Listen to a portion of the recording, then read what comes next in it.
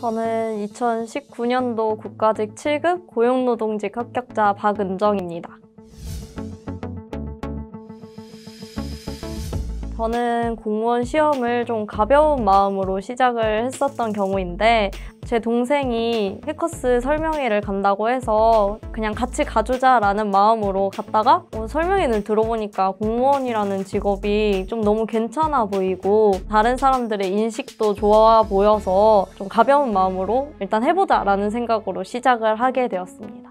고용노동직을 준비를 하게 되니까 일반 행정직에서 행정학이 노동법으로 바뀌게 되었어요. 그래서 국어, 한국사, 헌법, 행정법, 경제학, 그리고 노동법 이렇게 6과목을 준비를 했고 수험기간은 13개월 정도 걸렸습니다. 보통 대부분의 대학교를 다니시는 분들이 학교 공부를 병행을 하면서 공무원 공부를 하자라는 생각을 가지신 분들이 많은 것 같아요. 근데 제 동생 같은 경우도 그렇고 학교 공부를 병행하면서 하시는 분들을 보면은 막상 공부를 해도 휘발성이 강하니까 집중적으로 공부를 하지 않는 이상은 머릿속에 남아있지 않은 경우가 많더라고요. 그럴 바에는 아예 1년 정도 집중을 해서 짧은 시간 안에 합격하는 거를 목표로 하셨으면 좋겠습니다. 베이스가 거의 없었어요. 있어도 영어 정도가 있었는데 국가직 같은 경우에는 영어를 아예 대체해서 보다 보니까 다 처음 시작한다라는 느낌으로 했었던 것 같아요. 국어는 신민숙 선생님의 강의를 수강을 했었고 그리고 법 중에서 헌법과 행정법은 신동욱 선생님의 강의를 수강을 하고 경제학은 김종국 선생님 그리고 노동법은 김기범 선생님의 강의를 수강을 했습니다. 단순하게 가자라는 생각으로 하루 일과를 짰었는데요. 그래도 잠은 충분히 자야 된다라는 생각으로 아무리 늦게 자도 12시에 자서 7시까지는 자는 걸로 맞춰놨었어요. 그리고 7시에 딱 일어나면은 씻고 아침 먹고 학원으로 도착할 때까지 해서 학원에 도착하면 9시 반 정도 되고 이제 9시 반에서부터 12시까지 공부하다가 점심을 든든히 먹기 위해서 점심시간에 1시간 정도 투자를 해서 1시까지 점심 먹고 이제 다시 공부를 계속 하다가 5시에 간단하게 저녁 식사를 한 5분, 10분 정도 소요해서 먹고 또 다시 공부를 하는 식으로 준비를 했었습니다. 월요일부터 토요일까지는 쭉 이 시간표대로 하고 이제 일요일부터는 경제학 선생님께서 해주시는 일요 특강을 아침에 딱 듣고 그 뒤로 경제학 스터디를 했던 것 같아요. 그러면은 한 2시 정도가 되는데 2시부터는 이제 못 만났던 친구들도 만나고 좀 부족했던 잠을 보충하는 식으로 했었던 것 같아요.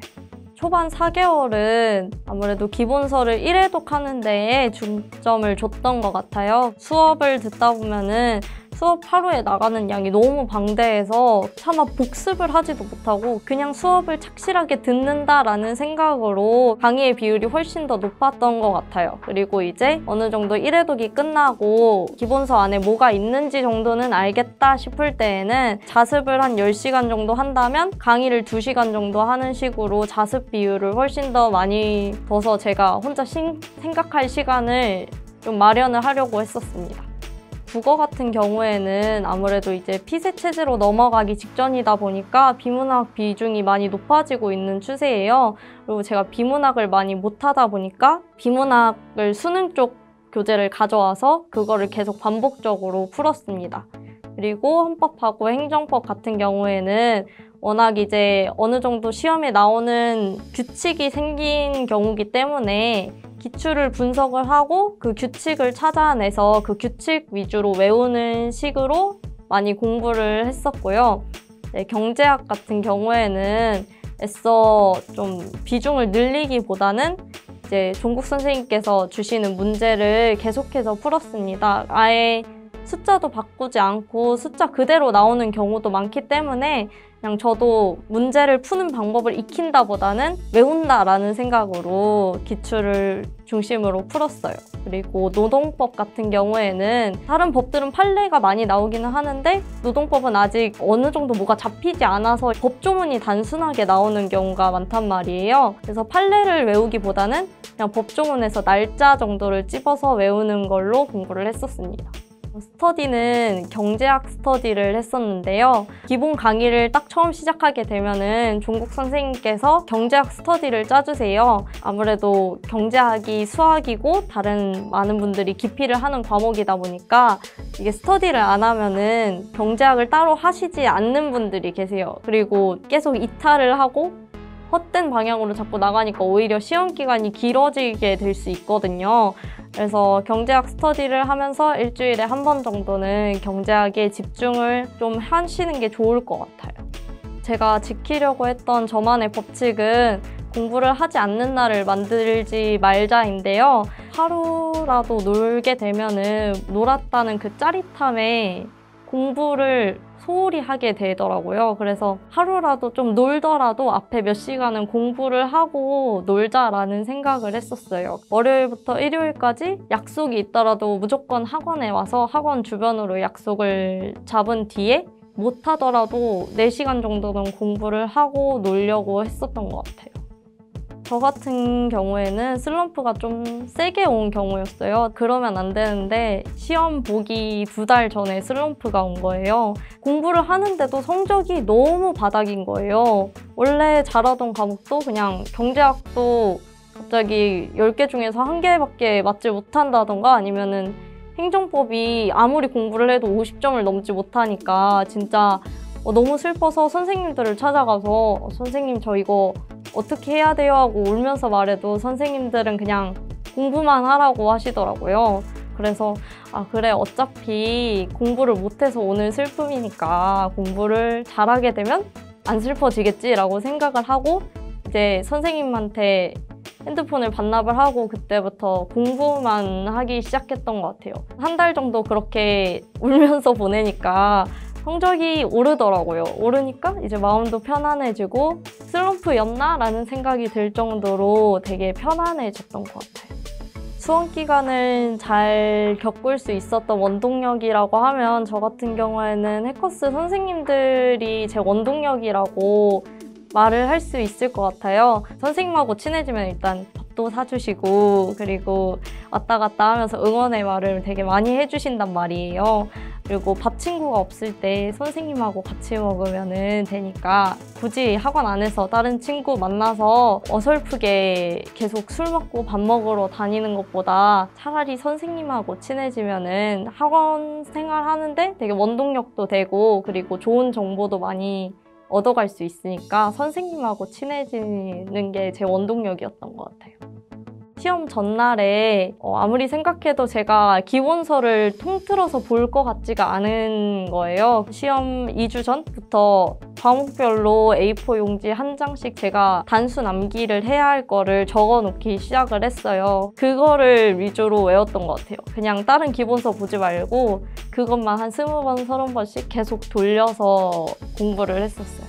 입실 시간 그냥 문 열리는 시간에 맞춰서 가려고 했었어요. 만약에 7시 40분에 입실 시작이다 하면은 7시 40분까지 학교 앞에 도착을 해서 제일 먼저 앉아 있었고 제가 좀 주변 환경에 많이 예민한 편이라서 좀 선풍기도 체크를 해보고 의자가 삐걱거리면은 다른 의자로 바꾸는 정도? 주변을 좀 깨끗하게 정리를 했었어요. 문제 풀이 순서가 중요하다 하시는 분들도 있는데 저는 그거를 생각하는 것도 너무 피곤하다라고 생각이 들었어요. 그래서 거기에서 나눠주는 순서대로 딱 찝혀있는 순서대로 무조건 풀었습니다. 풀이 시간 같은 경우에는 이번에 국가직 시험을 말씀을 드리면 국어는 한 18분 정도 소요를 하고 한국사나 나머지 법 과목들은 8분 미만 정도로 풀었고요. 대신에 그 남은 시간을 다 경제학에 몰았었어요. 경제학을 한 40분 정도 풀었었습니다. 저 같은 경우에는 한 장 풀고 그다음에 그 한쪽 푼 거를 그냥 책 안 넘기고 바로 찍어 넣는 식으로 했었어요. 아무래도 한 번에 모아서 하게 되면은 나중에 종이를 넘길 때 씹혀서 제가 체크를 못하는 게 생길 수도 있는 거고 하나씩 하게 되면은 문제 푸는 집중력이 너무 심하게 깨지거든요. 그러면 넘길 필요도 없고 문제도 어느 정도 한 대여섯 문제는 한쪽에 있으니까 대여섯 문제 풀고 그냥 이렇게 옮겨 넣는 식으로 마킹을 했었습니다.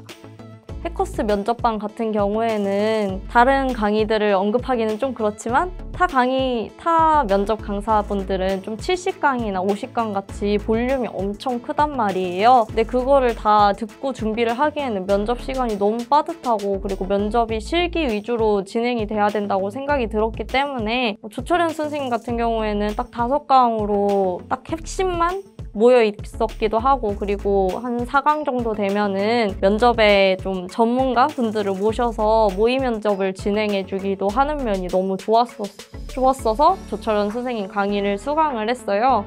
조철현 선생님께서 면접 스터디를 짜주시는데 그분들하고 이제 같이 실기를 하는 거를 조철현 선생님께서 잘 봐주시기도 했었거든요. 그래서 조철현 선생님의 면접 강의를 신청을 해서 들었습니다.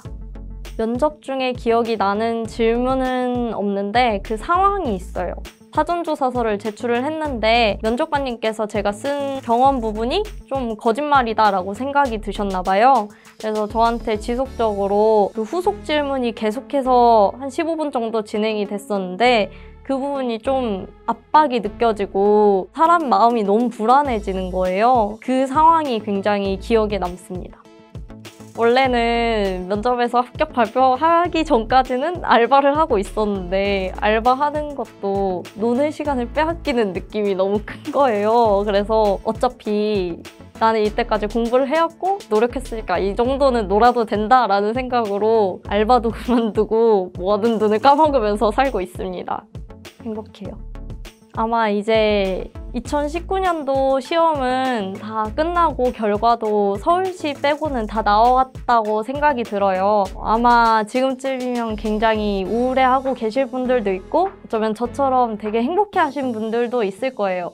그래도 행복한 분들을 보면서 자괴감을 느끼시는 분들이 종종 계시는데 그런 것보다 나도 조금만 더 하면은 합격해서 저렇게 놀 수 있다라는 희망을 가지고 최대한 긍정적인 생각을 하면서 수험 생활을 하셨으면 좋겠습니다.